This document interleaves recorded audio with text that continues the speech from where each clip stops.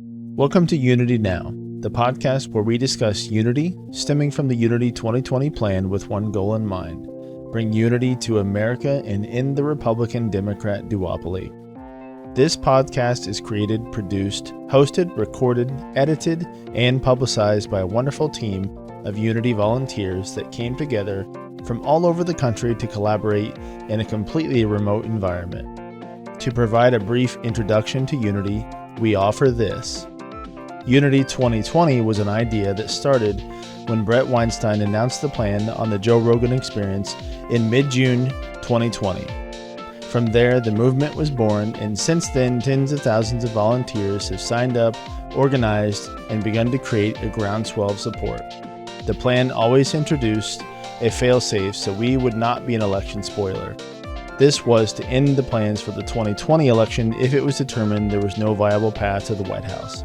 Sadly, this became the case. In keeping our promise, this fail-safe was executed and announced by Brett Weinstein.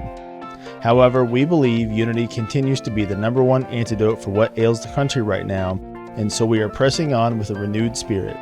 To learn more and become a volunteer, visit articlesofunity.org and check out Brett Weinstein's YouTube page and the Articles of Unity YouTube page for the weekly campfires.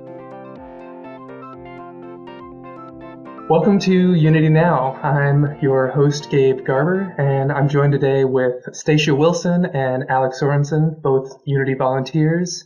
Stacia is located out in Los Angeles, I believe, or in the SoCal area. Is a digital nomad, has experience in life coaching, and is also, just what's the word I'm looking for? I'm already at a loss for it. Entrepreneur. Yeah, there we go. With a little bit of a maybe unusual background politically. We'll definitely get into that. We're wanting to kind of cull from her experience and get her perspective on where things are now, coming from a less politicized background. Alec is a member of our podcast team. He's one of the producers, and we're happy to have him on as well. Similarly, another life coach. So in terms of thinking about where we're at and where we're going, I think both of them stand to offer a good perspective, some nice range of life experience and political backgrounds. So I'm really hoping this will be a great conversation. Welcome to Unity Now, both of you. Thanks for having me. How are y'all doing? I'm good. It's warm here. Yeah. Warm here in Austin too. Yeah. But yeah, peaceful. I'm constantly contrasting, what I see in the news with my actual lived experience, which is like very calm, cool neighbors. Like it's a very heterogeneous area in Austin, yet no one seems to be actually physically screaming at each other. So like, it is nice to like go out and remember this is what actual life is like after hearing all the craziness on the news. So true. Yeah, definitely. Well, yeah, we can, I don't know. Is there anything right off the bat that comes to mind? Do we need to address anything immediately? This past week was fairly eventful, but that seems to be common these days. Like everything is eventful all the time. So, we're recording this on January 16th. The impeachment number 2 happened earlier this week.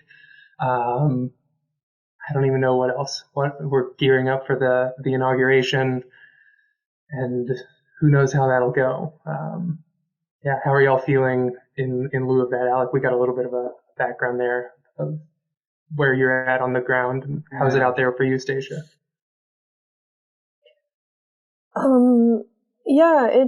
It's fine here. It's very much like Alec was saying. In real life, it's pretty peaceful. I've heard there were riots in LA during the Capitol riots, but I was just in downtown LA yesterday, and other than a bunch of homeless people, it's fine. But the homelessness is really crazy here. That's what I've been hearing. Like, it's really crazy. Every time I go to downtown LA, like no matter what area, there's just tents and just people sleeping here and there. And it kind of feels like half the city is just, it's not, but it feels like there's a significant homeless population. Yeah. How long have you been out? Have you been out there your whole life? Is it something that is, a noticeable rise, like increase in? Yeah. No, I grew up in Japan actually. But I moved to LA when I was 18, and then I was here pretty consistently until 26, and then became nomadic. And so I'm just back because of COVID. My family's here. Mm-hmm. Where in Japan were you? In Tokyo and Okinawa. Mm-hmm. Cool. Military bases? Or no? My parents are missionaries. Okay, cool. Yeah, I lived in Japan briefly, just in the middle of nowhere. Oh, really? Oh, yeah. Nice. Was that military related? Or? Mine, no. My wife was running an English immersion school, so. Oh, cool. Right on. Wow.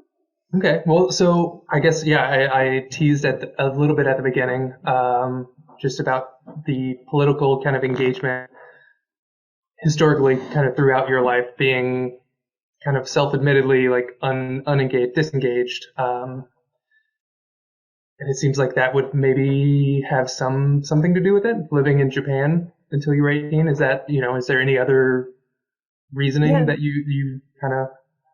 Yeah, no, that's a big part of it for me. I kind of didn't feel very American or didn't identify very much with my American, background or culture. But actually in 2020, I feel like it was the first time I really felt American and felt, like patriotism. And actually I would say, even though I didn't realize it, I feel like there are definitely some American cultural values that I hold for sure. Like the ingenuity and the kind of rebellious spirit. I feel like, it was cool in Unity meeting people and just kind of connecting with that American spirit. Cool. Well, yeah, another common question we get is what actually was your path to Unity? How did you find it? What was what caught your eye? Well, in June, a friend introduced me to Brett Weinstein, and so I was watching his podcast and saw him on Joe Rogan, and that was the first time I heard about Unity. But I didn't get involved right away. Well, at first I was like, oh, I need to jump on this, and so I emailed him from his website, but then didn't get a response to that for a while. And in the meantime, I joined the volunteer Slack, but it was really disorganized at the beginning. I know we all know that. And so I wasn't sure how to get involved. And I also wasn't totally sold on it as a solution, I guess. Mm-hmm. And then it was the first campfire when Eric talked that I really got on board with, like, even if I don't think it can work, it's still worth doing. Yeah. Yeah, when he talked about learned, like everyone else has learned helplessness, and even if this doesn't seem probable, just the fact that you're demonstrating like the opposite, you're demonstrating initiative instead of learned helplessness. I'm like, yeah, okay, that's true. Like, and that's been me, right? Like that was my cynicism. Like I didn't get very engaged in politics. I did vote, but I didn't join a party because I was cynical about them. In some ways, that's still actually kind of the case. But I wasn't very politically active because I was like, my vote's not going to change anything anyway. Yeah. And I think the level of disorganization or chaos or whatever you want to ascribe it to within the movement was something that for me, I know kind of kept me a little bit at a distance, and it was very helpful to find some of the groups, particularly the podcast in specific, that just felt more aligned and more like a well-oiled machine. So I just ran into, there were a lot of areas and circles that I was interested in getting involved, but dipping my toes in the water, so to speak, it just was like I don't know. It didn't feel quite right, like the podcast did. So it was helpful to find a home that we all seem to be working together in the same direction. Yeah. So that's really Kimberly. She recruited me. I remember I was in the same spot, like, potentially interested in multiple groups. She's like, what about the podcast? And I joined, and I'm like, oh, they have meetings. They have like, a weekly agenda. Like, oh, okay, this is, clear and not just kind of like, there is some joyous chaos and like a certain, like if you're into anarchy, it's kind of cool how some of the others was just a bunch of random people, like, like communities throwing stuff on the wall. Like there absolutely is a personality that thrives in that. But like as a parent, I'm like, I want to have the maximum output for the time I put into this. And that's going to be true if it's a little bit more organized. Absolutely. Yeah. Alec, when did you get involved? I don't know if I actually know that. So I heard the same podcast actually, and I heard about it, but I didn't jump onto it immediately. I think that was like June, July, and then it was probably like late August. I moved in July, so I probably like the podcast was probably a little earlier, and I heard it in July, and I was just like, oh, that's interesting. And then it actually came out of coaching. I was interviewing dads who are working parents or working, or stay-at-home dads, just like a variety of dads, and asking them like, hey, what are you most worried about? And what came up was either politics or something like COVID that was closely aligned, where they'd say like the mishandling of COVID. And then I realized like, since I represent working parents and work with them in coaching, and this is the number one thing on people's minds, like, it probably aligns with my mission too, to figure out like what could be done and how do you regain that, going back to that sense, how do you move out of a sense of learned helplessness and into a sense of like, I am a citizen working to make my country better, which was very novel for me. I am not, I kind of like, I guess you articulated, like I wasn't very patriotic. I did grow up in California. And I do remember in schools, we did, in elementary school, we did recite like the national, like the Pledge of Allegiance and things like that. There were some things. I was a Boy Scout for a while. I was a very reluctant Boy Scout. And I just don't generally identify with like big abstract structures. And so, and that hits me in a way that I think frustrates people sometimes. So there was like a big fallout on my Facebook, when I posted this week saying like, I'm really sad about what happened on the riot. I'm really glad that everybody, conservative and liberal or, Democrat and Republican is condemning it. I also don't fundamentally see it as different than deaths due to rioting that have been happening throughout the year. And I'm really concerned about the level to which we're normalizing violence at protests. And I see this as an extension of that. And that made people really angry. Like, this is not just the same because this is an attack on our country. Interestingly, coming from the Democratic side of things, which is normally like you're attacking our country feels like a conservative line usually. And I thought that was interesting. And I'm like, yeah, I guess I don't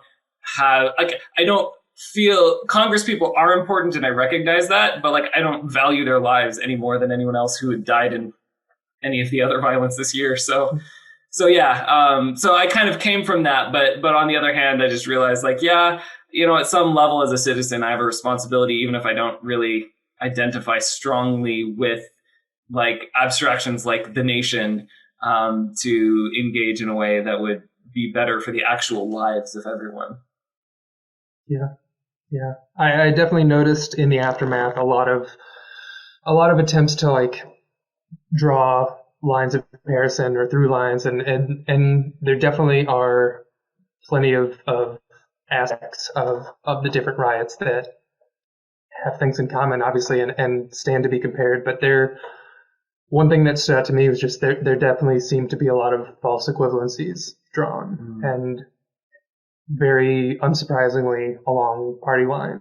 And it's just, to me, I kind of was playing around with this analogy in my head while driving around in the car the other day of just, it's like, I feel like so many times it'd be like going to a doctor checkup and the doctor only uses a stethoscope and gives you the diagnosis and you don't question it at all. It's just like, okay, what other tools do you have to examine me? Like, you know, it's important that my heart is beating, but pretty sure there's other things and other tools that are at your disposal that I hold you accountable for using in exchange for, you know, in the expectation that you're giving me a true diagnosis or a clear diagnosis of what might be wrong. So yeah, I don't know if that analogy works or if it's, you know, there might be some gaps there, but it seemed fairly apt at the time. Who's the doctor in this analogy? Is that the media? Is that the politicians?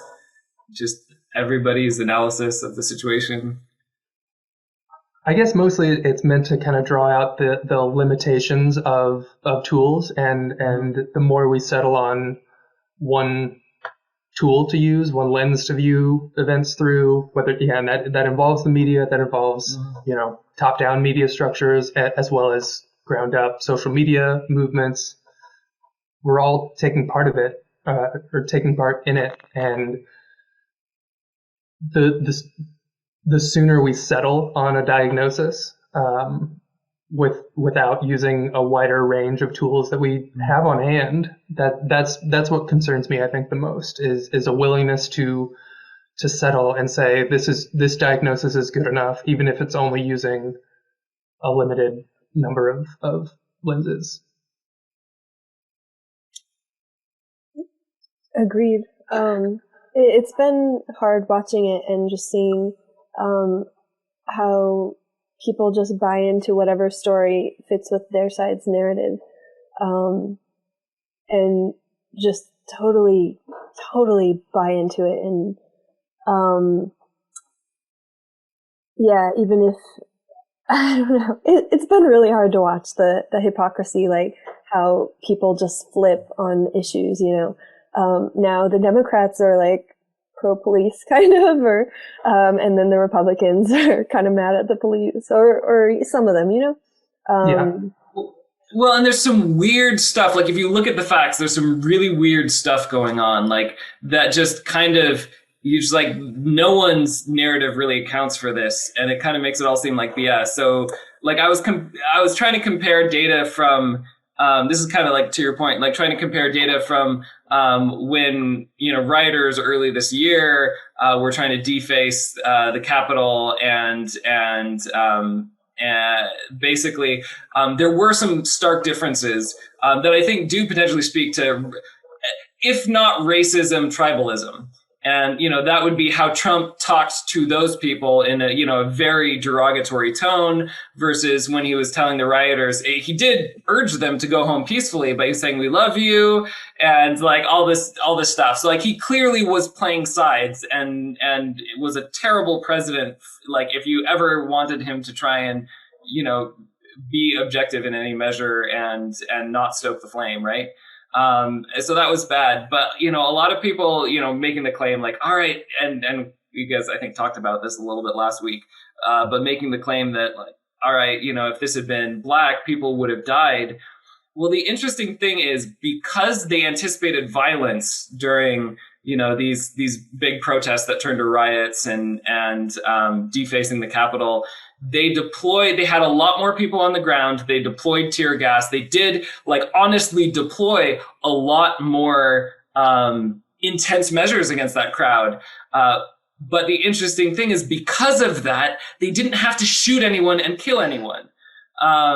Like no one that I'm aware of died, even from like, there were the 3 people in the recent, the recent protest / riot / insurrection that died from like medical emergencies. There's the one cop, and then there's the lady that was shot, right? But precisely because they came out and were able to do those crowd control things that a lot of people protest against, that may have actually saved lives, whereas like they weren't prepared for violence. You know, for whatever reason, like, is there racism there that they're not expecting it? Or is this just because MAGA and Walk Away have had lots of peaceful demonstrations that haven't turned to riots, or I don't know what, but like, that's its own analysis. But because they weren't prepared, they had to take more extreme measures when things got ugly. Yeah. And I thought that was interesting, and that doesn't really play into anyone's narrative, right? There's no one really, like they're taking that piece of that, like you said, that like our, one tool, like, oh, this is racism because we got tear gassed and they didn't, and you're like, but that tear gas may have saved lives. Yeah. And I mean, I think there was tear gas. Eventually? Throughout the summer, or? No, I mean, at the Capitol riots. Oh, yeah. Yeah, I think there was tear gas. Maybe, yeah. Maybe it just, I guess I'm not, I don't know at each point, but less troops deployed, and tear gas was not deployed as quickly and things like that. Maybe was more accurate. I may have misread that, but thank you for correcting me. Yeah, I thought the weirdest thing of the whole thing was just how there were so few people, like they just seemed so unprepared. Although, then I heard from multiple sources that were on the ground that,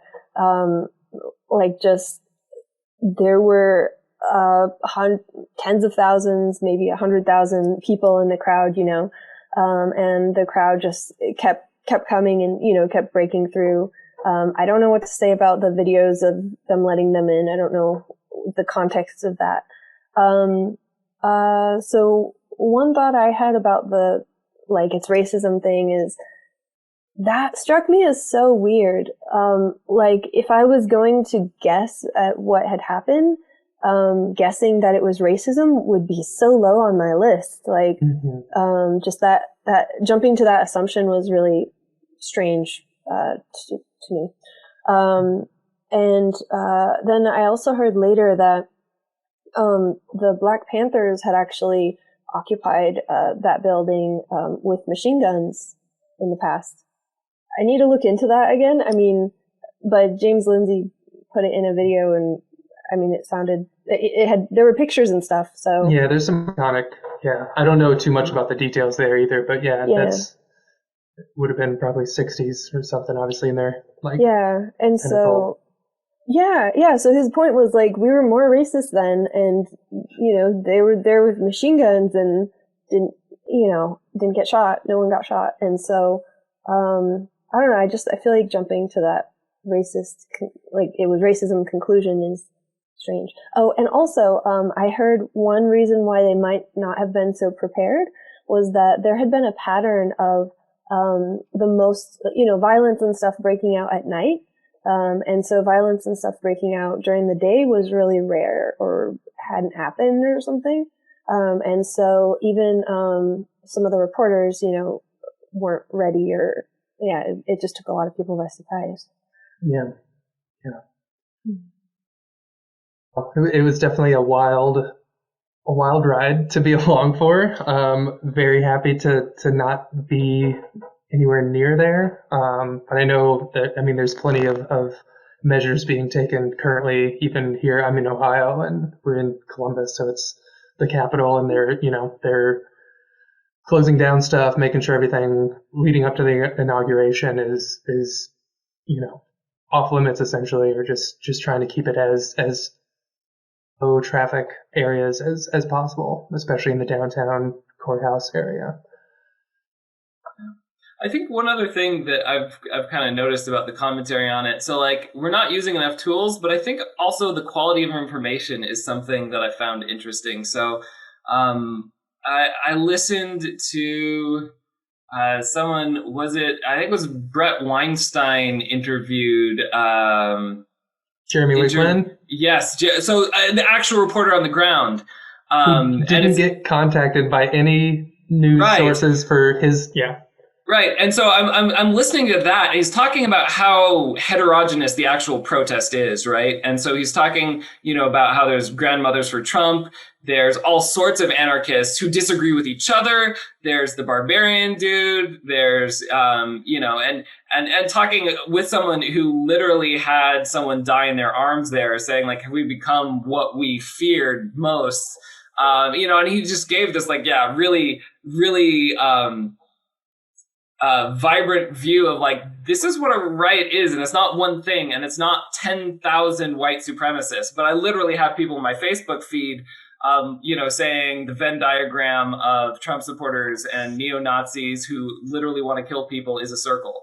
I.e. a fancy way of saying all Trump supporters are murderous neo-Nazis.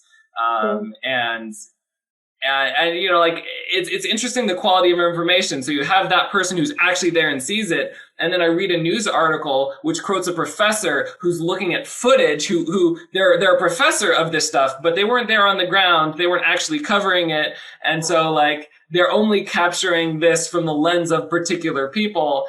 And I'm like, okay, all of our news is our friends talking about articles, talking about professors who haven't even been there, but are maybe looking at direct footage. Yeah. And you're like, we're all 5 steps removed from actual experience. And that's another reason why it's we're playing telephone with this stuff. And the information is getting really terrible at the other end of it.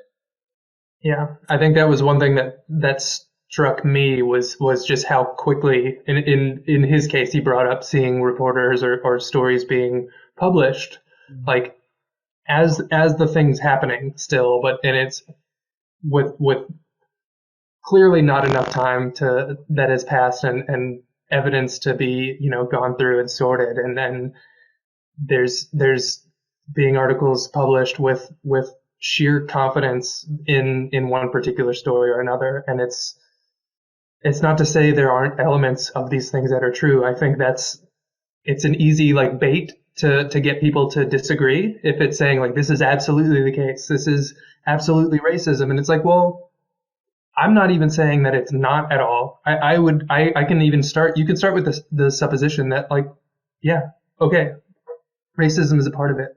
So is a lot of other things. How much of a part of it, that is something that we can discuss and debate. But yeah, again, just thinking the simpler stories that we latch onto and just accept without really going much further. And in his case, talking about these stories being published while the riot's still happening, while we still don't know. And obviously, news has the responsibility to cover these things, but it doesn't seem to be a position to hold that you can air and publish a story, report on a story without taking a stance one way or another on what it means. Yeah. I don't know, Stacia, what was your experience going through all of, witnessing everything as it was happening? Well, this is why we're talking about starting a media company. Yeah. I mean, I don't know that I should get into talking about it yet because we're still, we haven't launched it yet. But yeah, these are, everything you guys are saying are exactly why we're talking about doing this or working on it. Yeah. I want to hear more about this. So, I mean, yeah, we're in this crisis. In some senses, this is the exact type of thing why Brett Weinstein was worried that we needed better candidates who wouldn't foment, so much hatred that there would be attempts at insurrection and attempts at, punishing the losing party, both. And so that didn't entirely come to fruition. We kind of talk about our experiences doing that, but I'm interested. So, your kind of takeaway is then a media company, and by this you mean news? Yeah, news, and slow news, not breaking news. Yeah, there's a lot of people that already do that, but slow news that presents the truth as best as possible, Yeah. And with I feel like everyone kind of has a bias, but we would try to intentionally make our bias holding people in power accountable, and human-centered, just empathetic towards humans, and human nature, and what else? The interconnectedness. Because, I feel like most news articles are just kind of a snippet and then a bunch of assumptions. But it would be trying to tie together history and economics and culture and politics and science and just all of those things, geography, it's all so related. And it all ties in, to the complete narrative. And so trying to put out like really high quality articles that will save you time so that you don't have to go, digging around, reading the left and the right and also fact checking them. Yeah, exactly. And then the other thing is, we want to focus on, the things that aren't being talked about that are actually really important. Cause, I think even if you're reading left and you're reading right, I feel like they're like caught in this, battle, they're pointing the guns at each other. Meanwhile, there's this really big thing that we should be talking about, or that would be, more productive or, so it kind of feels like we're being distracted. And so we're being distracted from what? Various things. I mean, so one thing that I think of, that came up in talking about this media company, one idea we had was, there's a lot of discussion about who will pay for healthcare, right?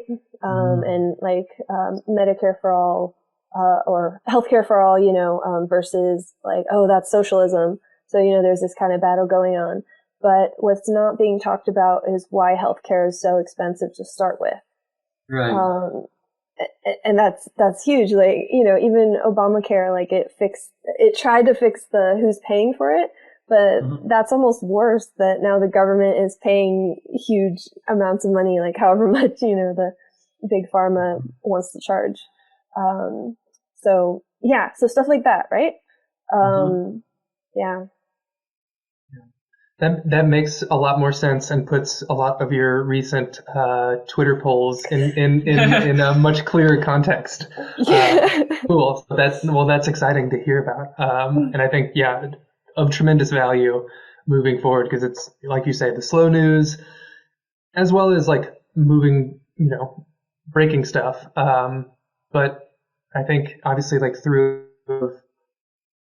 we don't know yet, or, leaving that being an okay stance to take. And I think with the goal of the complete picture, ideally, you would think that the two sides, we all have blind spots and biases, like that's normal. I think, but you would hope that the blind spots of one side might, or the things that one side is looking at might cover up the blind spots or answer the questions of the blind spots of the other.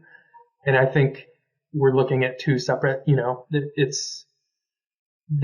each side seems to be so intent on focusing on each other and nitpicking that, it draws all the attention to themselves in one way or another. And it's, I think the longer we do that and the longer that goes on and we stay distracted from other things that are happening is a concern that just feels moving forward and into the future, it seems much more ominous. Yeah. I mean, another thing could be like developments in biology, and, like human cloning and, all this stuff that, I heard, a talk about it on Eric Weinstein's The Portal. And I was just like, oh my God, this is huge. How have I never heard of this, So I really feel like there are a lot of things like that, and a lot of angles on issues that are just being, kind of swept under the rug. So I've kind of a question actually for you, related to the slow news, but it's kind of couched or inspired by an interview in Simon Sinek's podcast, A Bit of Optimism. Do you follow that by any chance? Okay, so he literally interviewed, I think, one of the chief editors of, was it Tortoise, a slow news organization in England, and they called the episode A Tension Deficit. And so what they were saying, like, so Simon Sinek was coming in and saying, like, everything's polarized and that's the problem, and the quality of journal has gone down, and it's like, everyone's being bloggers. And the journalist actually challenged him on that. He's like, I don't think necessarily the quality has gone down, and was, citing a quote from a colleague before the internet era saying, I'm fast, but I'm not good, but I'm fast, or something like that. So like, there's always been kind of that tendency of like to push to produce whatever the quality of whatever it was. But he said in Britain, there's a tension between medias. There's like a certain set of medias that's based on like hardcore free speech. But they're also, very populist and outrage driven. And, on the other side, you have the BBC, which is highly regulated, right? It's not, free speech. But on the other hand, it has all the benefits of being highly curated, if you trust the government's point of view or the regulators and whatnot, like you can get a more even toned, more carefully researched article out of it. But what he was saying is it's not either one or the other that's good. It's the fact that we don't have, it's the fact that you have options, right? So if you ever suspect the government regulated line of not being accurate, you kind of can get a second opinion in this more like populist free speech area. Or if you're like, this seems a little outrageous, I'm going to check, a more steady course. You have that. And basically up to a certain point, for instance, cable news and whatnot, like cable, like TV was a public product, and the news functioned in a similar way to the BBC up to a certain point, and now everything's bought out by entertainment companies, and so everything is the populist news giving you what you want to hear. And so I'm kind of curious, like if you're thinking of starting a company, and there's a lot of criticisms about like how journalists are just chasing ad dollars and clicking, and how that colors news and encourages them to create echo chambers where they're only telling their readers what they want to hear. Like Fox News lost tons of viewers with things like calling the race for Arizona, or like not coming down strictly on the Republican line in a few issues. Right. Whereas like CNN has had, has kind of done a certain party line, and they have had more viewership than ever. Like the riots were good business for them. So I'm kind of curious, like as someone starting a internet company, how are you going to, like, what would be your business model so that you're not incentivized to like chase the outrageous stories and kind of fall into the same trap as other media? Well, we have 7 tenets that we're going to work from. So, like having a very clear, like, here's the rules, here's what we're doing. And then, I kind of feel like people are hungry for the truth. And also I feel like they're exhausted from, all the gaslighting and all the bullshit. And, I've talked about this media company idea. I've, talked about it with a number of friends, and every single person has been like, that sounds amazing. What a relief. And that's why I thought of it is I just wish something like this existed, that would draw attention to the topics that like we really should be talking about or thinking about, just like big stories that are going to have big effects on our lives, that aren't, big effects on our lives. And so we probably won't cover every story. I don't know. There's just so much out there. It seems kind of overwhelming. But just kind of starting slow, and if we're presenting new angles to things, like if we're talking about things that aren't being talked about elsewhere, I feel like we don't even need the outrage. Like I feel like people are looking for the truth, and so being an alternative to kind of this hyper partisan media, will be motivation enough. Yeah, I really think so. And I mean, also we don't need a huge viewership. I mean, I would like to try to grow it, but it might not be for everyone. Yeah, well, it's almost like backing up into part of the problem with the way media currently is we don't really know if it's kind of like a chicken or the egg problem. It's like is it in the state it's in because that's what the markets have demanded, or have the markets been kind of trained to demand a lower quality, or a more in picture, and that's just what we know.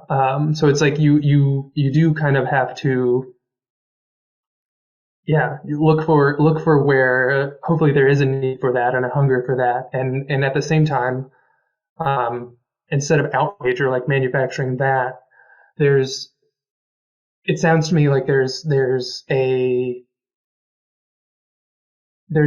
attempt to maybe not manufacture but capitalize on curiosity of people and pique interest in that way. And that feels very like organic at the same time. Personally, I know like there's a lot of sometimes the stuff that I'm most intrigued by and passionate about, those seem to be the things that I put more and more barriers in the way of myself getting to, or find ways of like, it requires a little bit more effort to go in that direction. So I wonder if there's any thoughts about how to, obviously, you want people to be interested and hopefully engaging in a way that's different, but it also is asking much more of the consumer, or asking more in a different dimension, if that makes any sense. Was that a question or just... Sorry. A good question. I don't know. I'm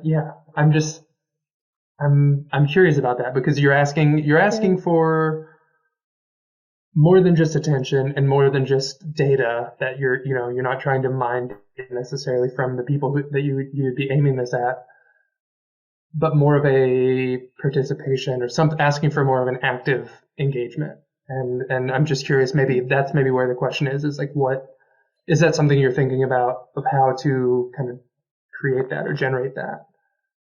I actually feel like it's less active, or at least what I'm envisioning is that the story will be laid out so that it takes less thought or less engagement, just because right now it feels like it takes so much engagement to check the left and check the right and fact check them, and it just seems like consuming news and trying to tell what's actually going on is so exhausting.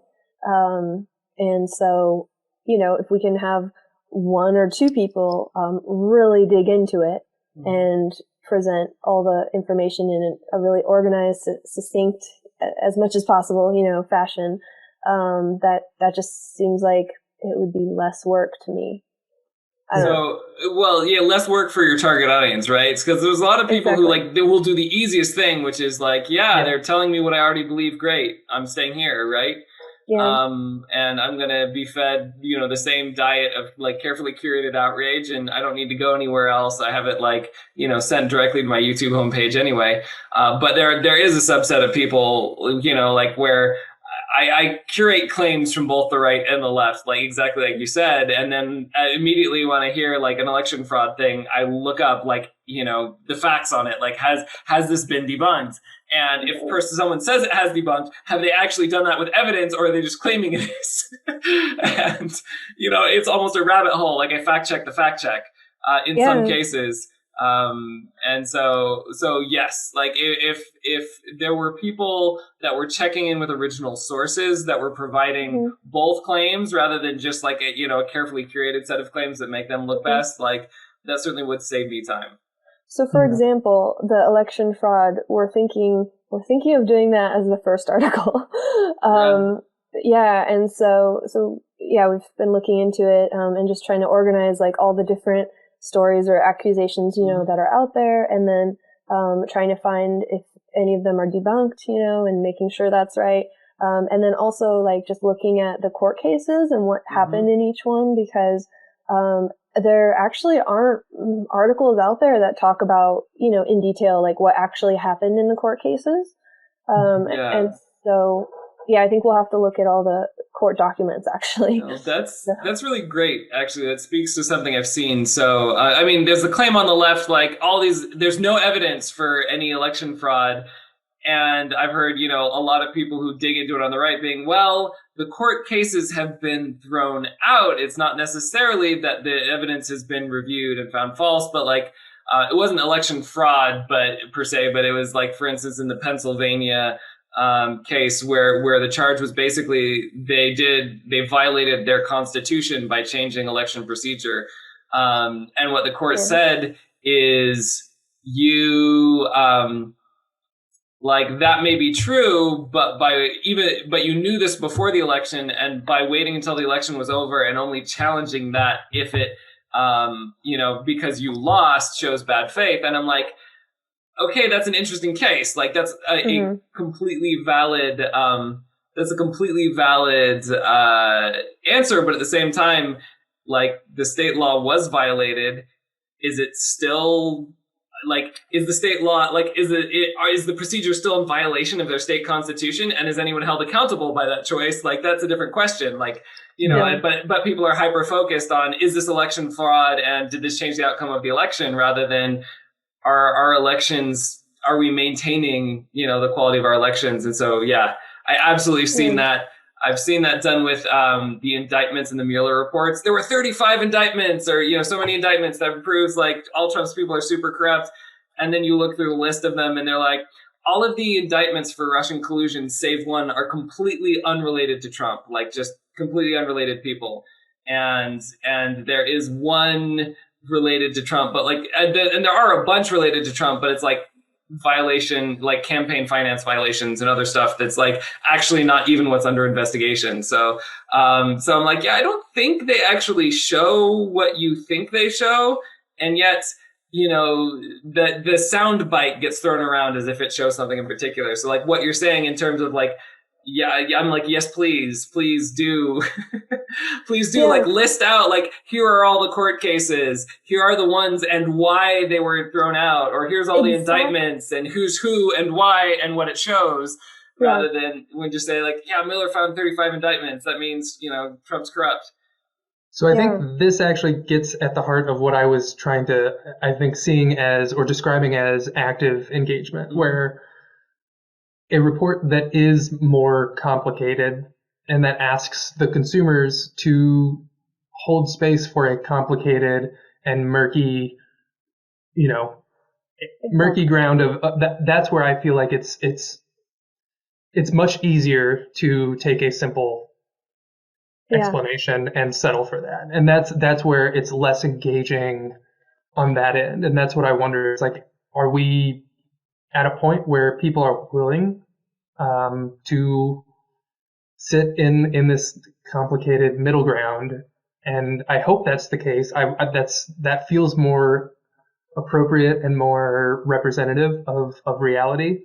And what you're saying, pointing at the truth, is I don't know that I necessarily believe that the truth, capital T, like, is fully attainable, but the goal should be to piece it together and get as many of those pieces together as we can, as opposed to saying we have enough pieces for me. I'm happy to just like move on to the next.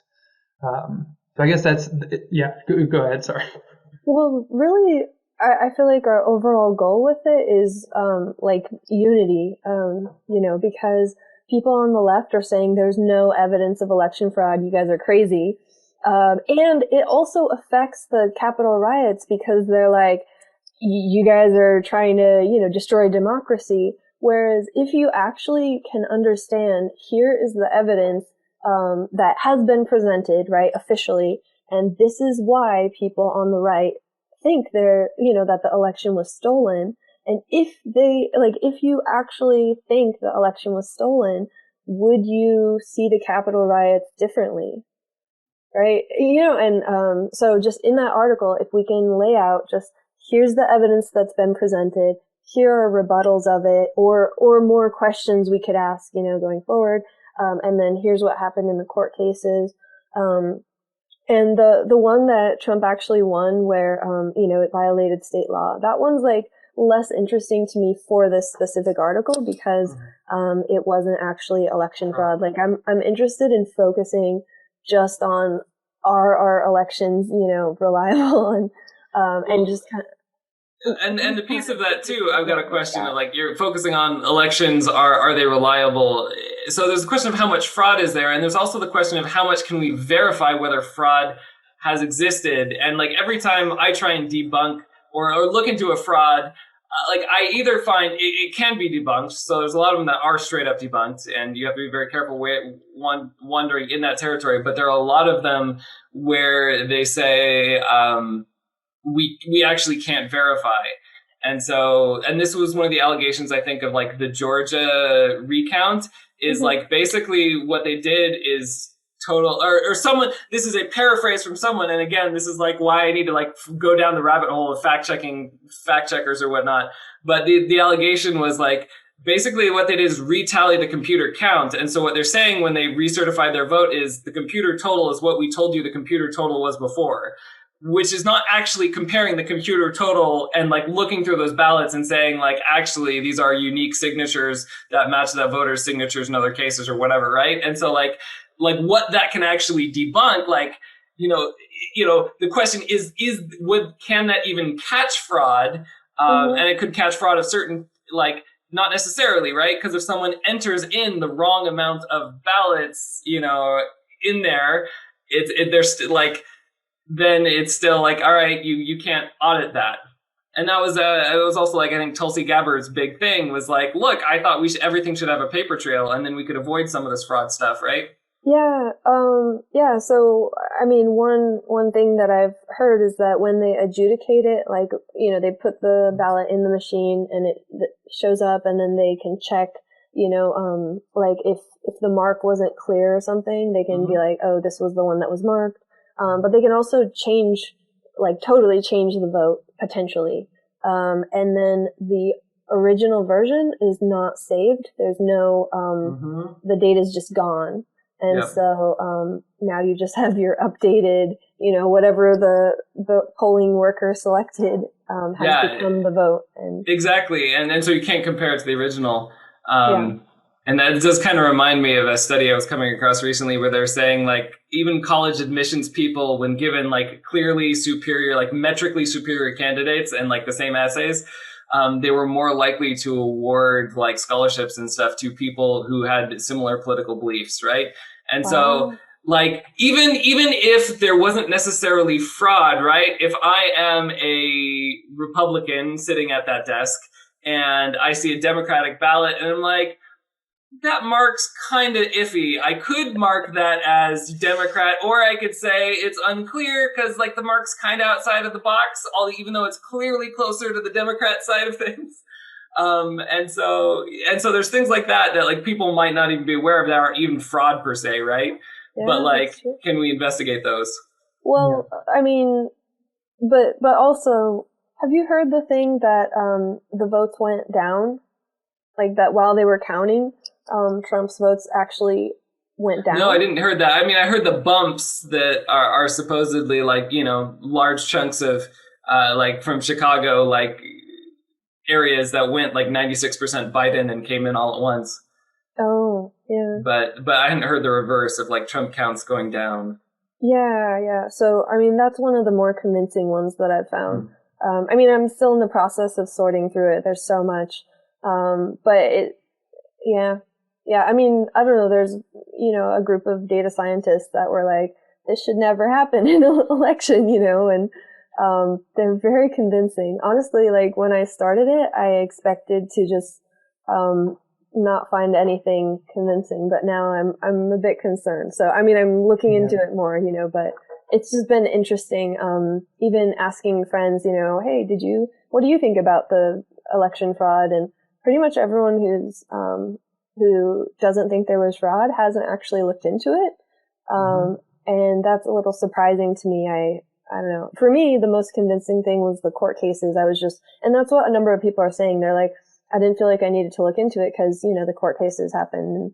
So I'm interested to look into the court cases more and find out. Well, I think too, using such a charged word as fraud, it kind of divides people into those two camps from the get-go of saying, I think fundamentally the question is, do we as citizens have a right to trust the mechanism of elections in a free and fair democracy, democratic republic? Like, I think most people will agree yes. And if there's any evidence that that mechanism is not working as it should, or is not as transparent as it could be, then I think it's valid to look into it. But that's not how it's portrayed, and it seems to, whether it's intentional or not, and I just claim ignorance, but like whether that's put in place in order to draw a very clear line in the sand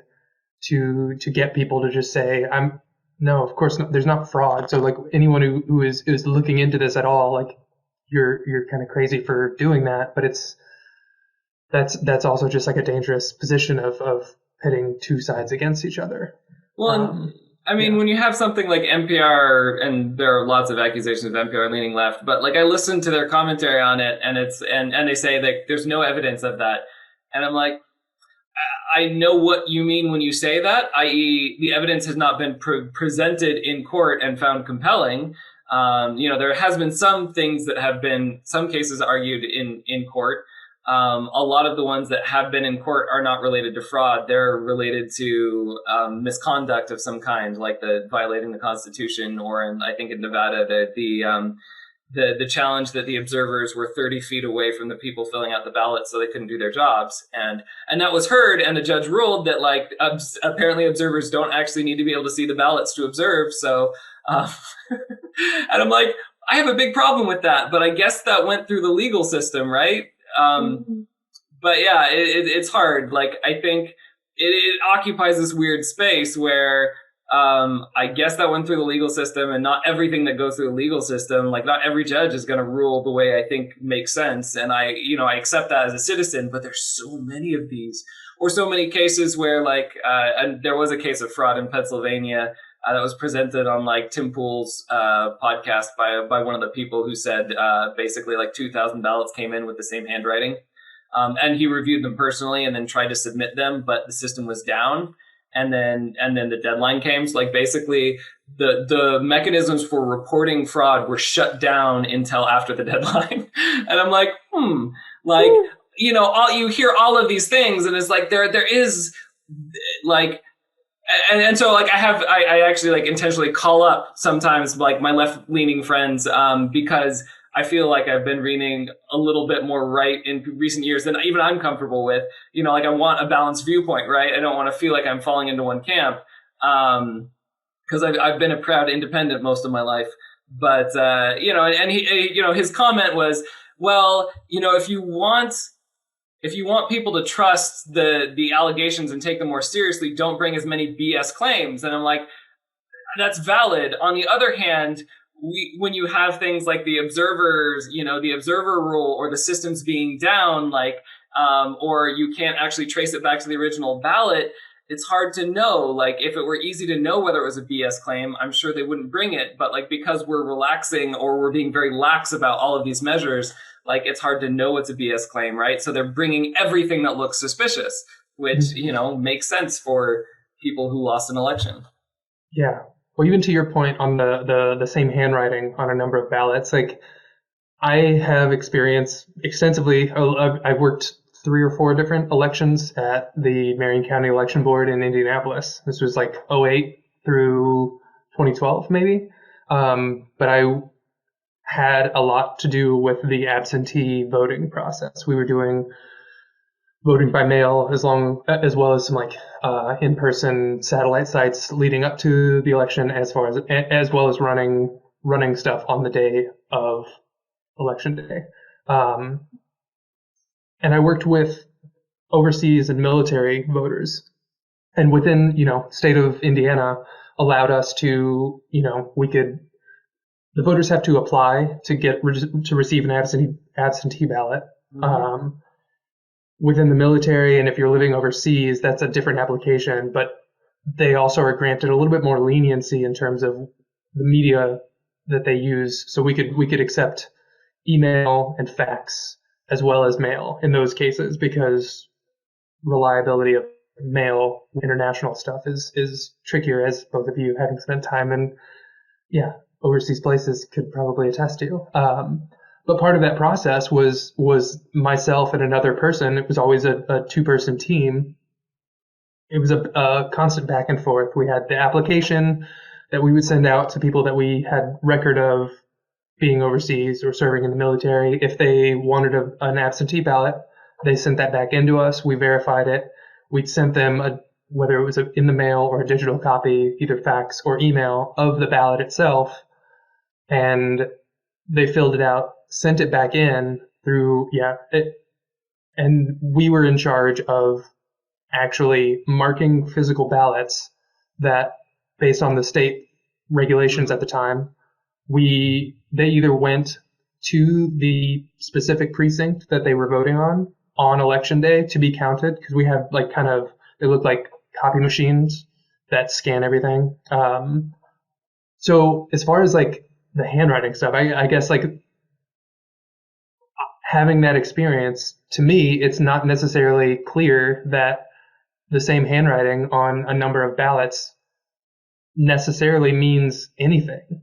Yeah, I mean, in this case, it was 2,000 ballots, all cast at the same day, absolutely, like all cast at the same day from the same address. It was an old folks home, so there might have been 2,000 residents, and they were all Democratic, and so like that particular constellation, yes, all of them happened to vote on the same day and have the same political affiliation, sure. So there was fishiness about that. The particular thing about it, I think, hearing in Pennsylvania was that ballot harvesting, for instance, like going to an old folks home and filling out ballots for old folks or something like that, is not illegal in places like California, where I used to live. I'm not sure what the deal is in Texas, but it is illegal in Pennsylvania. And so, but then you'd also have to look on, like, maybe is there some provision in law that allows you to fill out, ballots for old people, or like or for people who, may find it difficult to fill out their own ballot or something like that. Right. And then you have to ask yourself the question of, like, would this place be 100% Democrat? Mm-hmm. Usually there's formal affidavits that go along. Right. A paper trail. Yeah, exactly. So, well, interesting. We need to leave you a little bit of room to explore and report on this, Stacia. So we maybe kind of pivot away for a little bit. But I know you said that there were a few things that you were. Well, I just wanted to say, I'll just add, like, I feel like we're still kind of sorting through whether we want to jump in that. I mean, it feels like a pretty risky or, big thing to take on. And so,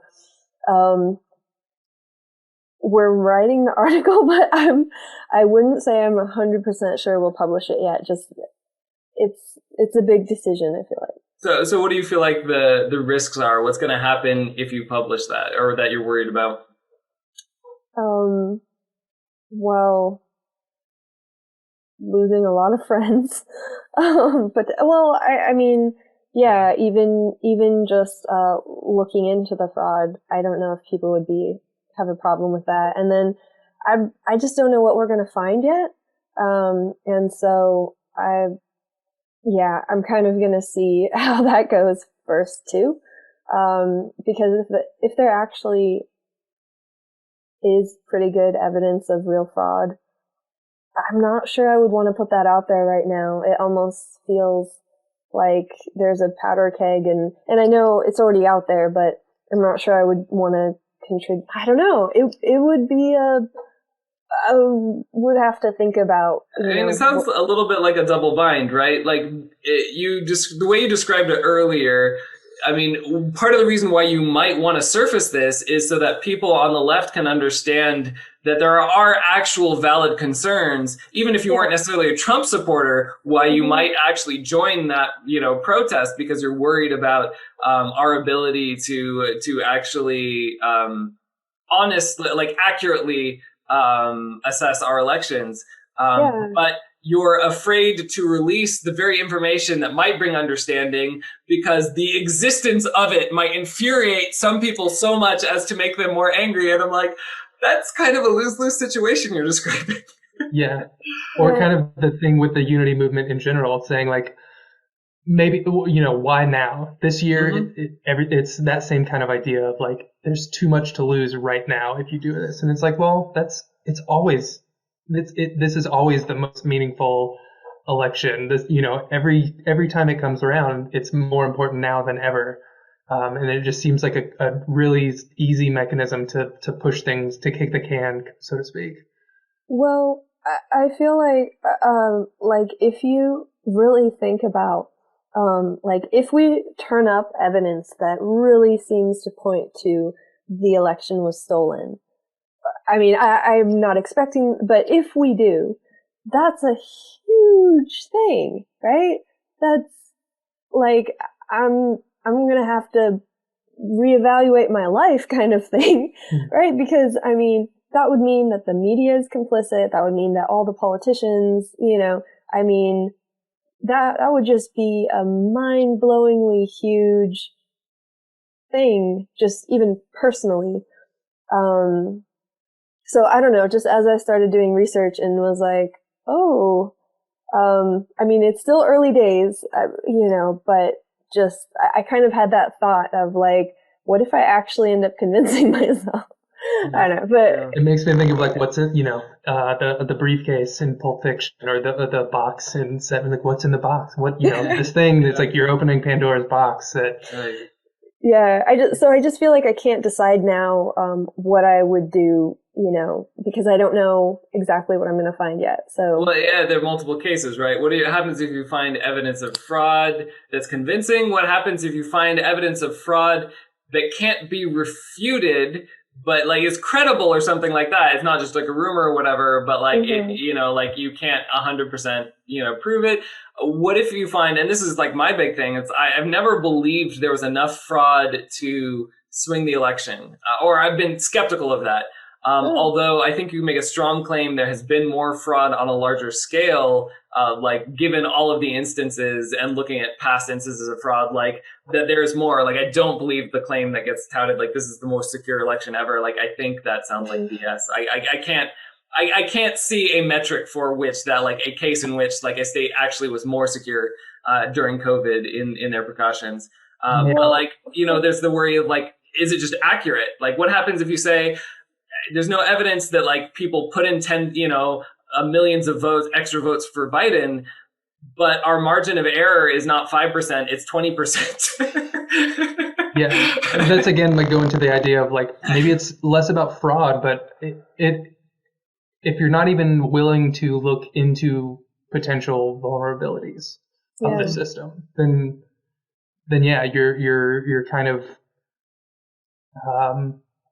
restricting yourself to the limitations of the system as it is, whether it's intentional fraud or just unintentional consequences of a flawed system in place. Like having any interest and curiosity in finding that out shouldn't be a polarizing stance to take.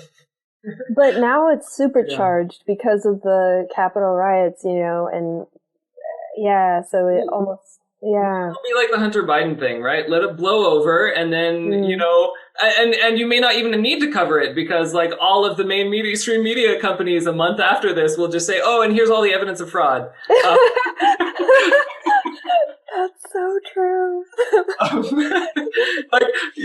They squash the story until after the election. After the election, they can totally bring it up. Oh my gosh. Ouch. Yeah. It would just be an ultimate I'm sorry, in the but face. Yeah.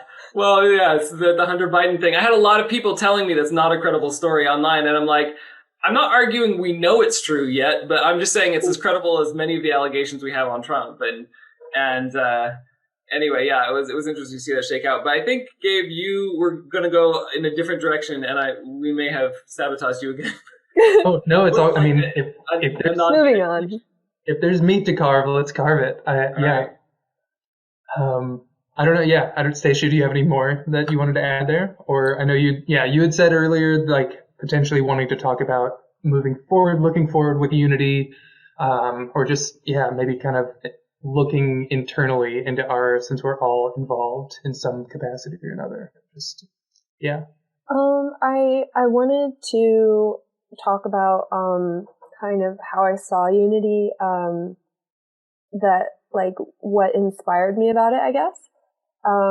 and I mean, I'll keep it brief, but I guess it was just, I thought of the British during the American Revolution and how they had their way of doing battle. You know, they had their, they would line up and, you know, aim and fire, and they had their system, they had their way of, doing it.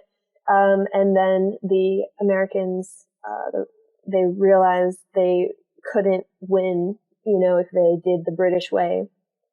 And so like they the master's tools quote.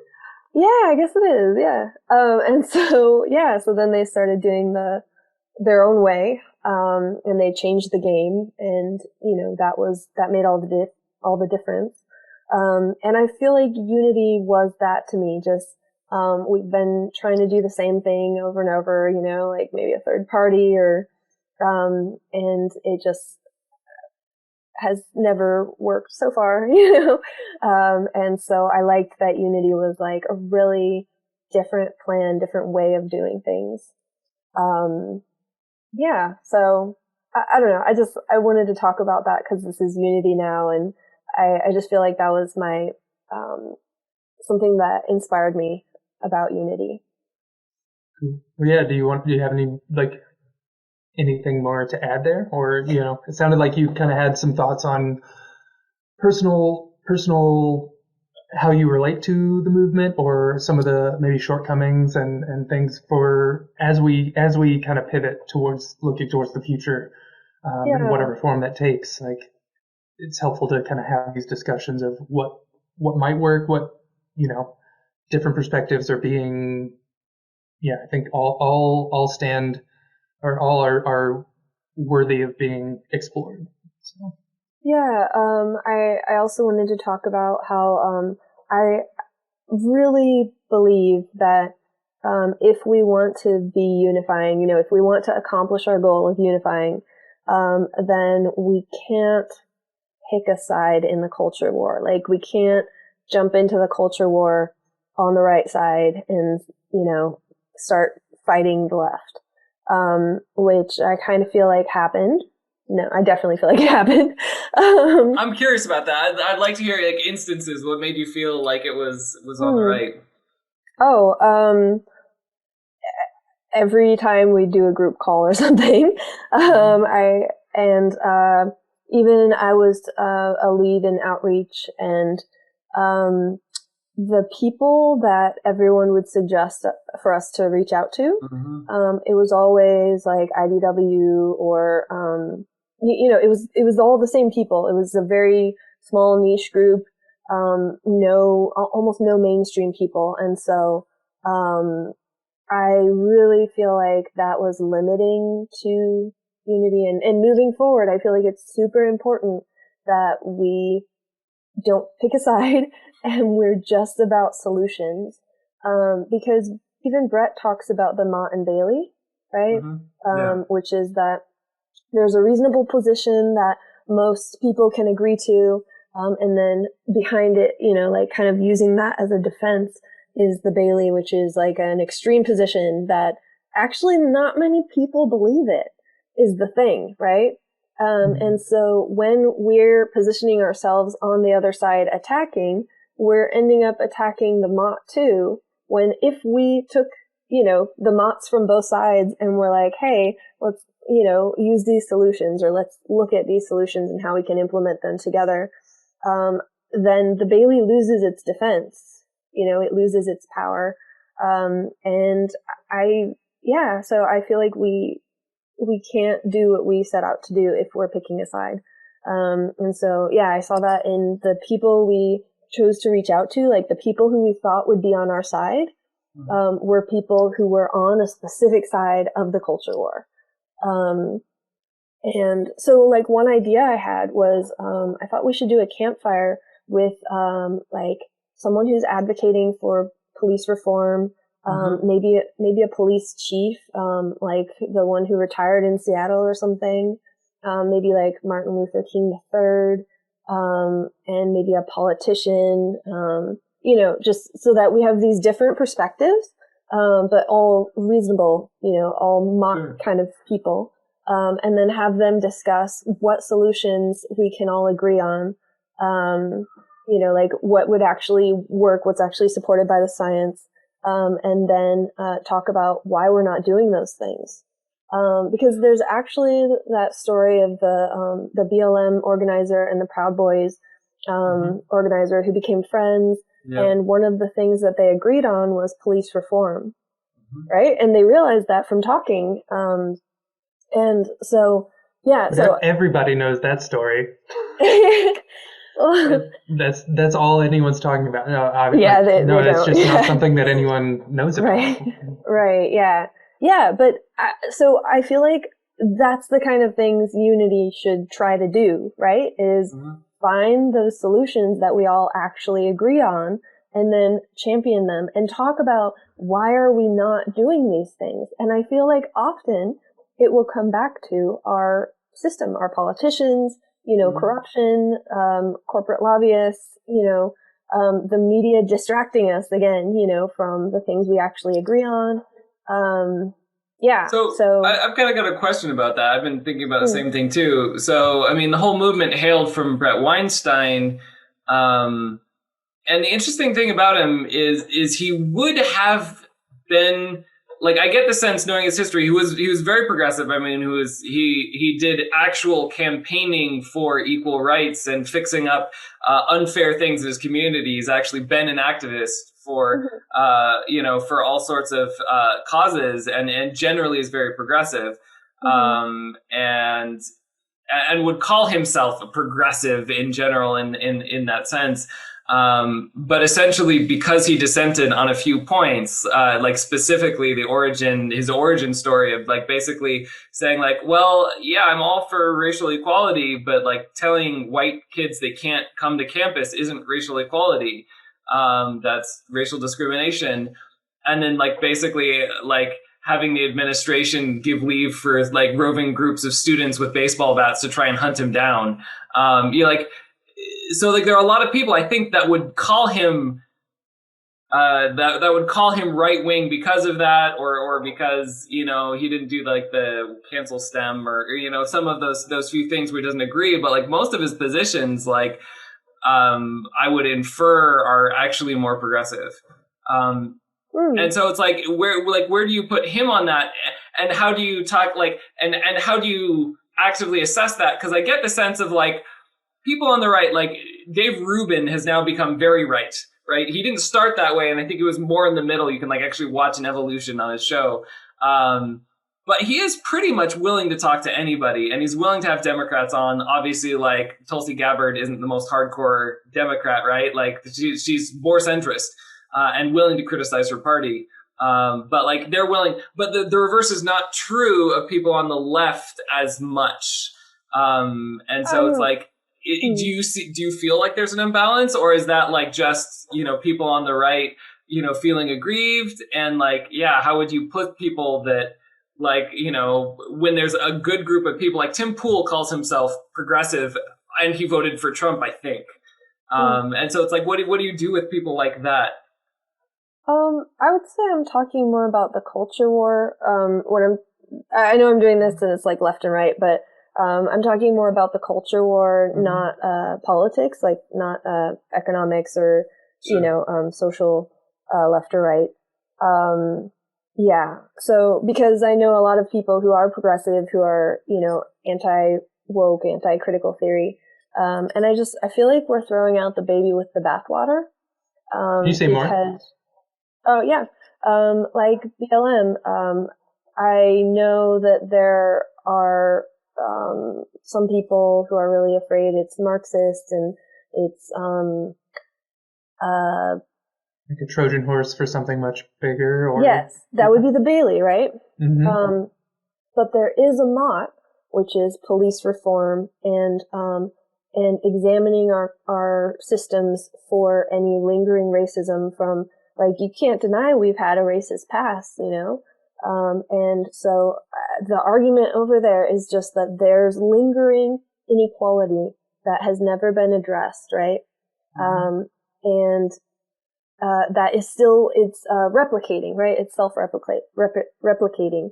And so if we don't address it, it's just going to keep being unequal forever. And, and so So those are just some arguments that are, I would say, more mots. Like they're not out there. They're very reasonable that, people are just trying to get equality, and trying to do police reform. And so I'm just saying, by not talking about that at all, we are alienating all these people who believe in the mot. And the mot is a good thing, right? So actually, when we were talking about the election fraud thing, that I was actually holding that model of the Motte and Bailey in my head with it, and it's kind of tricky and difficult to do. But I think the way the needle threads there is that when, instead of just agreeing to come to the table and discuss the mot, or having the mot that we all agree on, the more reasonable position, be the next step forward, there's a tendency to assume the worst about, we might be projecting the Bailey a lot more often than is necessary, and that might shoot ourselves in the foot and keep us from coming together to actually try to discuss policy changes that would address the mot that we all, or that, that a larger number of people would agree on and agree to. And it seems very clear that unity was a result or a byproduct of a system that has not been working for much more than half of the population of this country for a long time. And yet we keep, I don't know. I'm wondering if the projection of the Bailey being the thing of saying like, it's not right to assume that the BLM protests are all the worst case version of that. And likewise, we shouldn't jump to the conclusion that the January 6th insurrection, whatever you call it, all like is we shouldn't assume that that's all centered around the worst possible reading of it. And that's a great analogy. I hadn't thought of that, but that's totally it. It's so people on the right are assuming BLM is the Bailey, is the crazy version, and with the Capitol riots, people on the left are assuming it's the crazy version. And not only, all the protesters or even voters are the Bailey, rather than just the handful of people that actually committed the act.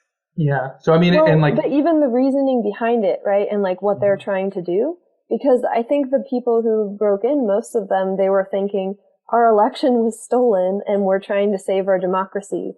And I think they were, at least from the interviews I've heard and stuff, they were trying to be patriotic.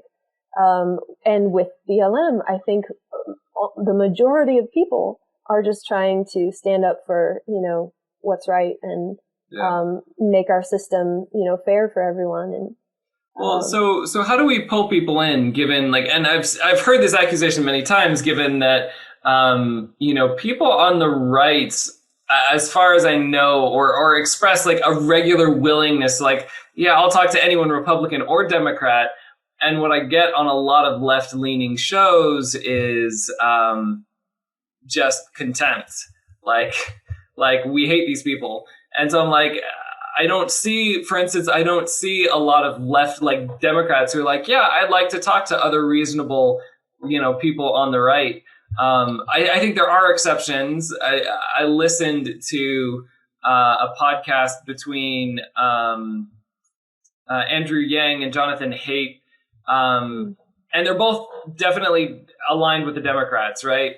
But and I don't know if I'm actually accurate about this. I'd have to go through like Andrew Yang's other podcasts, but I feel like they are reasonable people, and I would hope that they might, have a reasonable conservative on their show, and do that. But yeah, it's like one. Do you think I'm accurate in saying there is an imbalance of like who will talk to who? And if so, what do we do about it? I've heard that, and so it might be true. I could understand it being true. I do think it would, I don't know, it might be cool, for people on the right to approach it, with curiosity, like, can you explain this? Or I don't know, like really being respectful. I don't know. I don't have a great answer. I wanted to interject with something that, and this was it was Eric Weinstein. I can't remember if it was his most recent. He was on Trigonometry. No, that was Brett. What was it? It was with Sagar. It was either there or the his realignment? podcast. No. The realignment was, this most recent one that he was on. I can't remember if it was that or if it was his more recent, like it's older, but his most recent appearance on the Lex Friedman podcast. He kind of talked in one of his interviews about his willingness to go on to right-wing kind of places or to go on Fox News. He's like, but what I do is I make sure that they know when they ask me that, like, I'm going to call them out for what they are. And if they're okay with that, then, I'll go on. I will do that. I will make sure to call them out. I think he was also on with Ted Cruz at some point, or maybe throughout the possibility of doing that. But maybe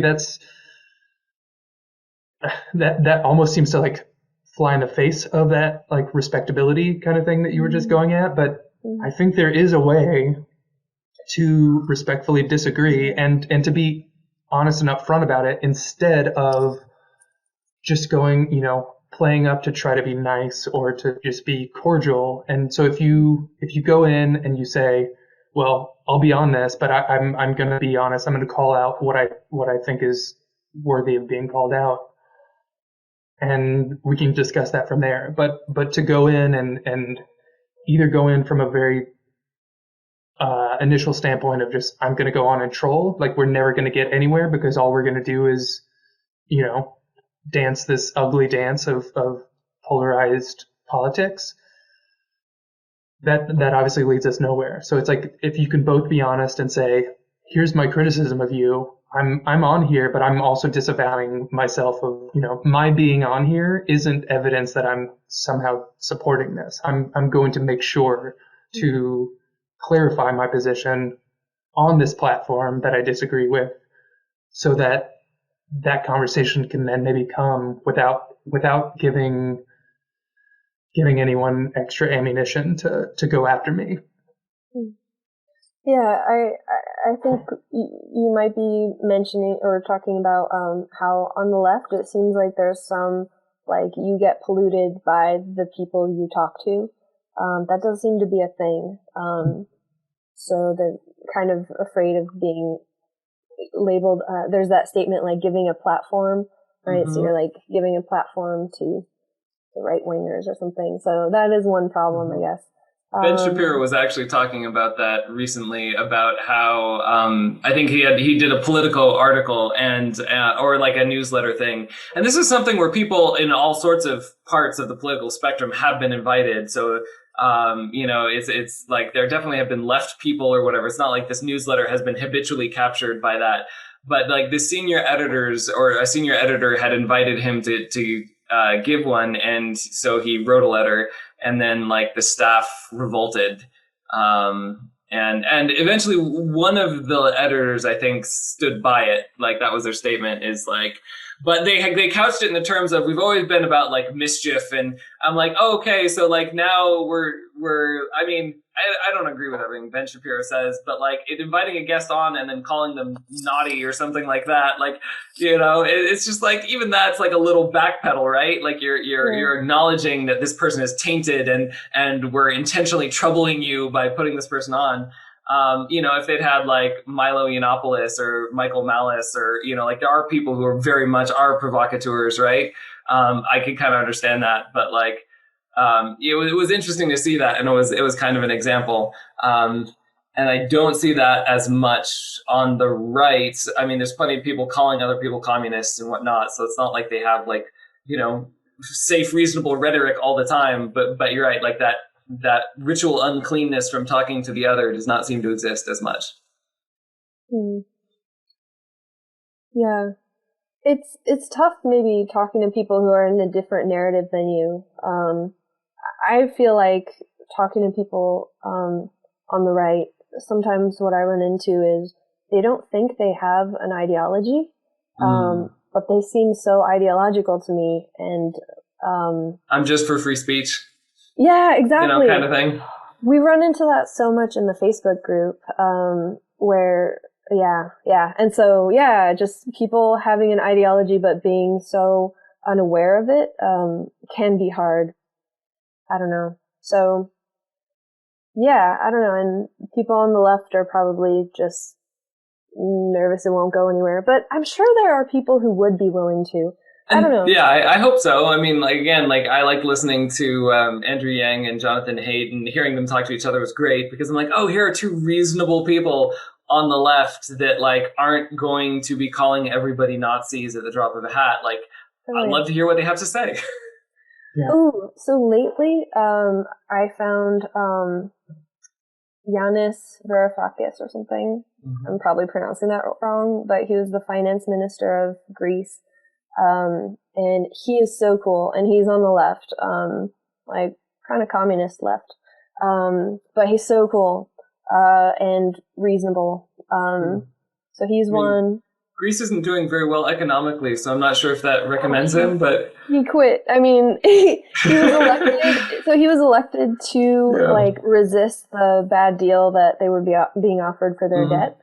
Sure. And he really tried, and then was overruled by the president. So he was like, he got out of there. So yeah. This was within the context of an interview with Chomsky, right? Were you talking about that? Was this the guy? Yeah. Mm-hmm. I've been listening to a number of his things, and just looking at his Twitter too, because I'm so happy when I find reasonable leaders, and he seems to not be, on the ideological left, where he's so set in, he seems to be reasonable in how he approaches, people on the other side to him. So he's one. Lawrence Lessig is a cool person on the left. He's great. Jimmy Dore is cool. Mm-hmm. And then Ryan Knight, I think that's his name, Proud Socialist on Twitter. He's really cool. So I don't know if these people would be willing to talk on a podcast, but they seem like reasonable people to me. I noticed a lot of the tactics that we were just kind of discussing of crossing one party or affiliations or not. It just kind of struck me as if you can't get to the point where you both are operating on good faith and you can't establish good faith at the onset, then what's the point of that, exercise of it? It's really just like a show of black versus white at that point. If you can't come to the table to begin with and offer space to the other person and grace and just a lot of that, there's not really a path forward without establishing that good faith participation. And I think it's cool if you can be curious, to really try and understand why they believe, what they do. And not just be sure that you're right. And, I don't know. Yeah.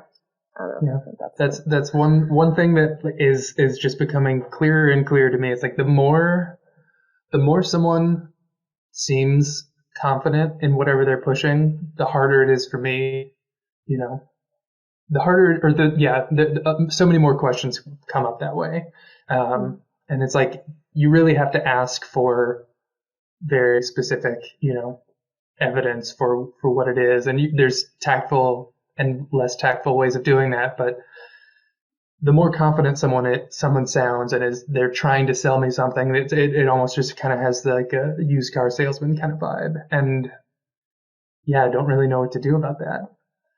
So, because I don't really take a stance of being too confident in very much of anything, and that's not really a comfortable position. It's not a popular thing to say, and it makes me very vulnerable. But that's the truth. I mean, I'm operating with an incomplete view, and I don't want to speak for everyone else, but I will just say so is everyone else. There needs to be some level of acknowledgement that that we're all operating from an incomplete place.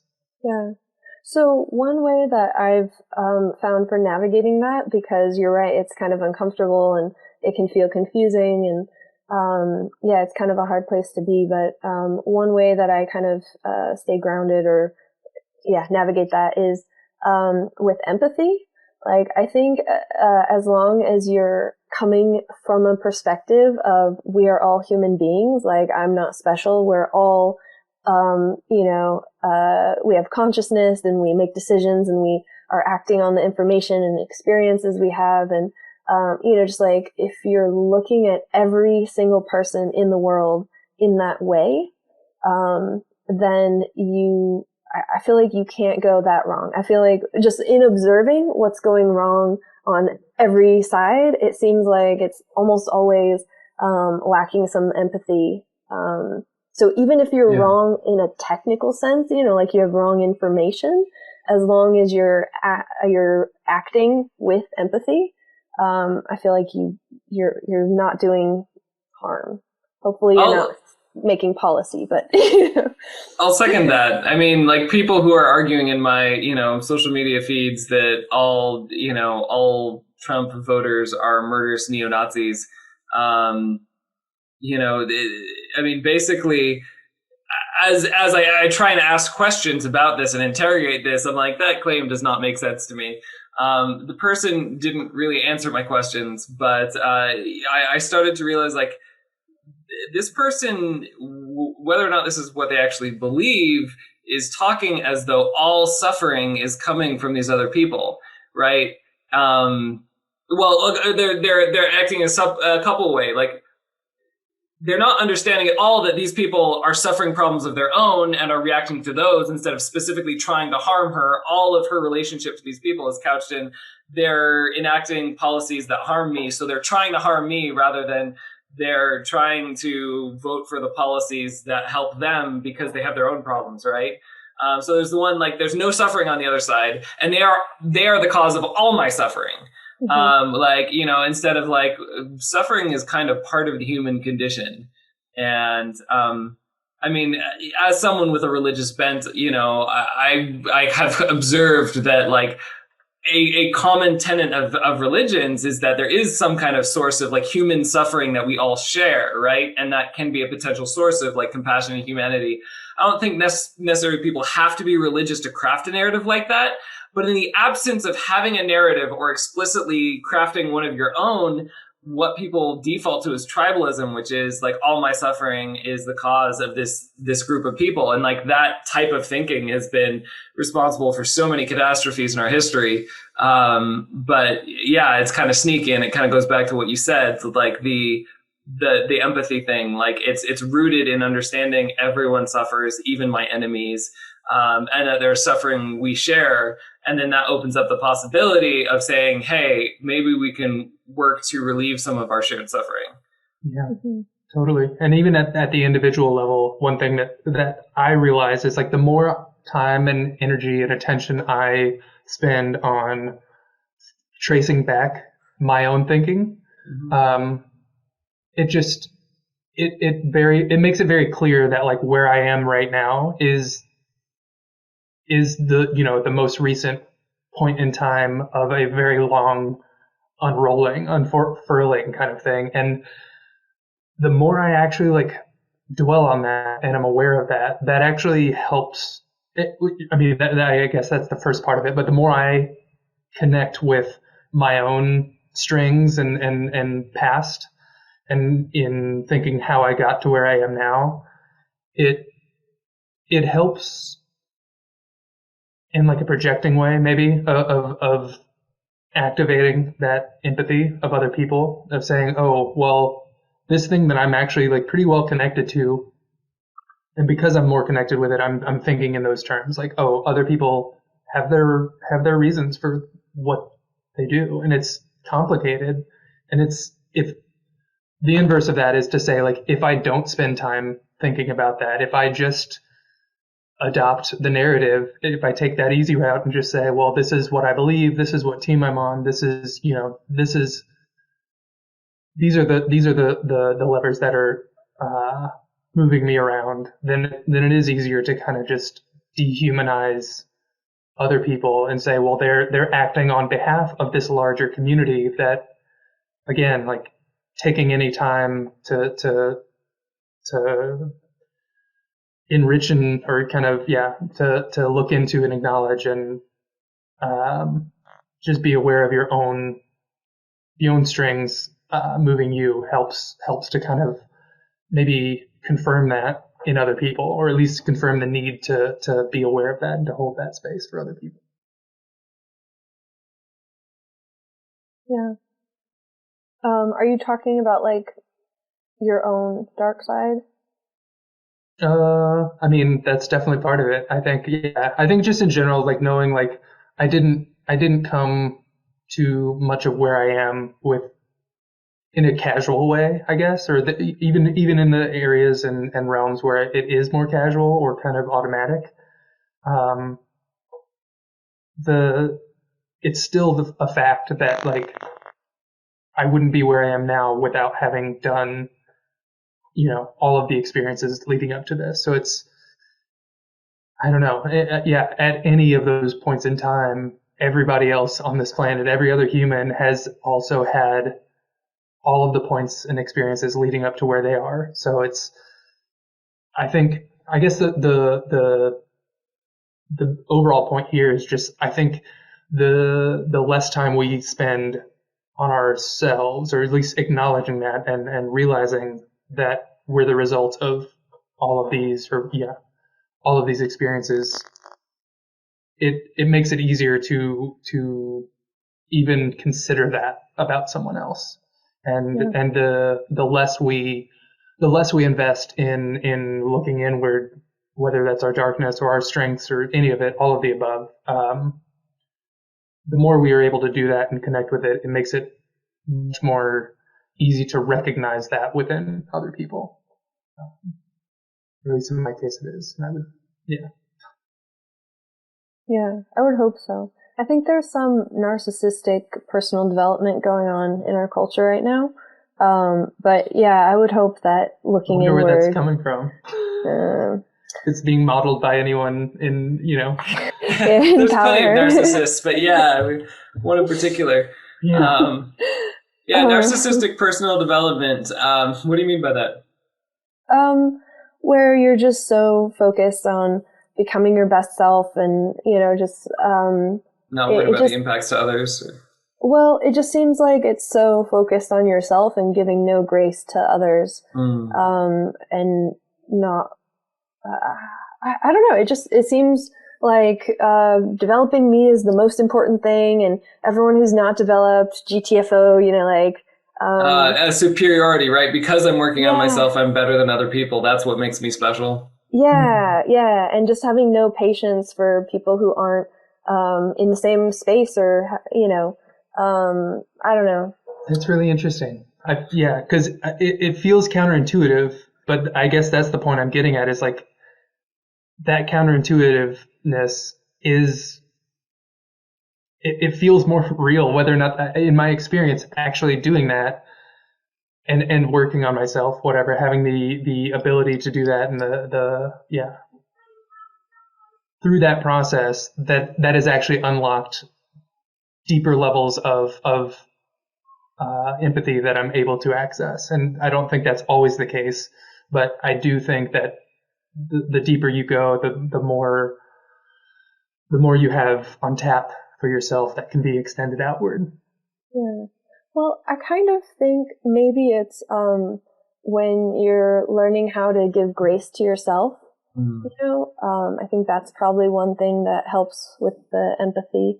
And then when you're something I've been learning about and trying lately is like to go into the shadowlands to search for wisdom, which is basically so I don't know about you guys, but there are parts of myself that I'm like embarrassed about, or things I regret, or things I don't like about, what I do or how I act, or, just any of those things that you don't feel great about. And I feel like we doesn't ring a bell to me at all. You, Alec. You must be the only imperfect person in the world, right? No, yeah, exactly. But when I have those things, the tendency is to look away from them or distract myself or like cringe and then be like, but going into the Shadowlands, it's where you actually go and press into it more. So like sometimes I'll think of a memory of like, oh God, that was so embarrassing. I can't believe I did that. And then I actually go into it of what happened there and just trying to look at, like, really go into it more, I guess, and like embrace it and be like, that was me and that was okay. And I don't know. I'm not explaining it great, but it's. No, I think the concept you're on is like 100% on point. What it brings to mind to me is I've been listening to the audiobook Radical Compassion by Tara Brach, and she talks exactly about that. She talks about the RAIN process, like when there's something uncomfortable in your life, recognize what it is. And then allow it to be, rather than immediately distracting yourself or hiding or getting angry or judgmental. Or notice that you're being judgmental and allow that to be too. Like just really allow yourself to you sit and let those things flow. And then once you've practiced being able to sit with discomfort, then you can actually more honestly investigate, like, why is this making me feel embarrassed, ashamed, guilty? And then you can ask, like, all right, this piece of me that's feeling this most, like, what is it asking for? What does it need? And she talks about, like, after you've gone through this too, letting go of your need to judge yourself. Like, all right, so this happened. Why does that make you think you're lazy? And I love what she says, which is that there are things that are true, like actually correspond to reality, and there are things that are real but not true. And she talks about how our feelings about ourselves are real but not true. They're real because they have an impact on how we act in the world, and those actions are, part of a truth. But they're not real in the sense of like our feelings about ourselves are not actually ourselves. They're just a representation of ourselves, and an imperfect one. And when we recognize that, we can actually start to shape, which realities we're actually bringing into, we're actually acting upon, right? And I thought that was really interesting. So absolutely, I think, and what you're describing, right? Like it reminded me of what, Gabe was just talking about in terms of like investigating himself, questioning himself, asking yourself those questions rather than feeling guilty. And then I think actually this may happen. I don't know. Like I'm trying to understand the people who use very heightened rhetoric. Like Trump would be one of those people, but there's also a lot on the left, right? The everybody's a Nazi people, which is like as hyperbolic as anything Trump says. And I'm like, sometimes I wonder if those are people who feel like when they feel discomfort, they try to regain a sense of self-worth by saying, oh, but I'm going to fight against people who are worse, right?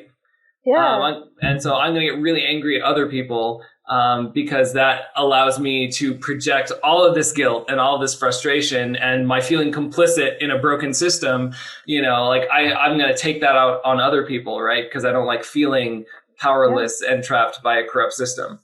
Yeah, totally. And I just circling back around, I feel like exactly what you were saying, both of you, really illustrates that. And when we're doing whatever work we are on ourselves, we're looking,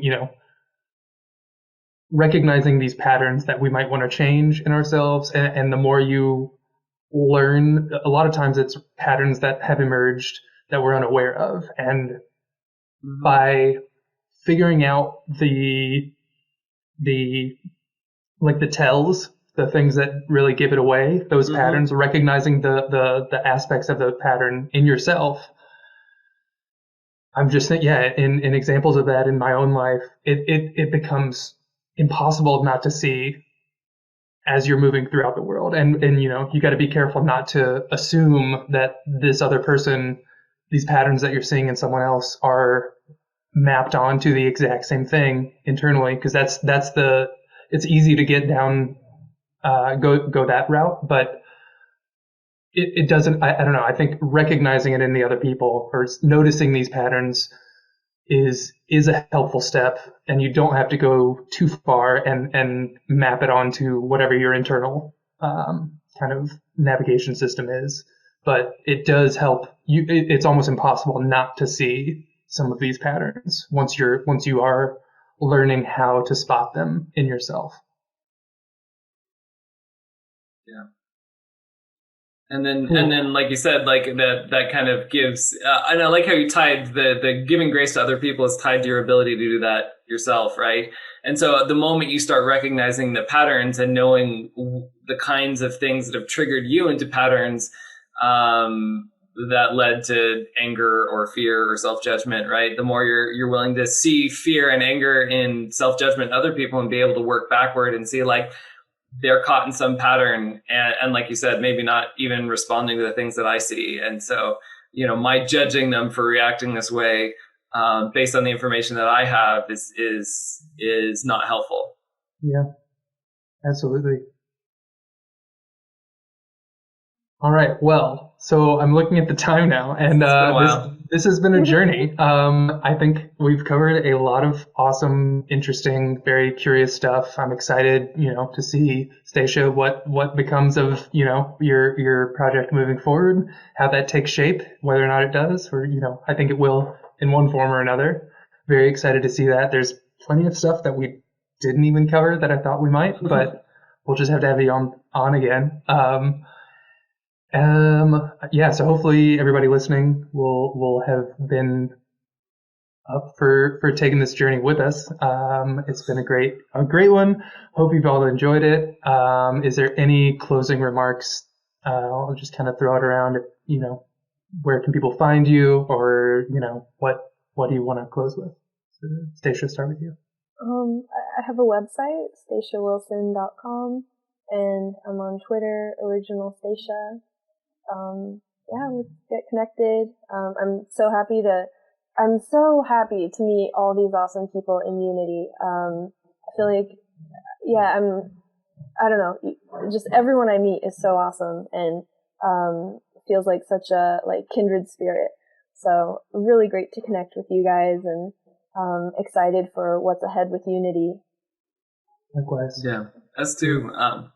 So I'm Alec, and I have a website for my coaching business, easierhabits.com. You can also find me on Easier Habits on Twitter. But I also want to just give a shout out to Braver Angels as an organization. So all this craziness has been going on, and we're focusing on the negative. But they organize 4,500 people, both right and left, and a lot of independents, who were looking for ways to be compassionate, to give grace, to heal together, to actually unite. And so it was really refreshing to see that many people.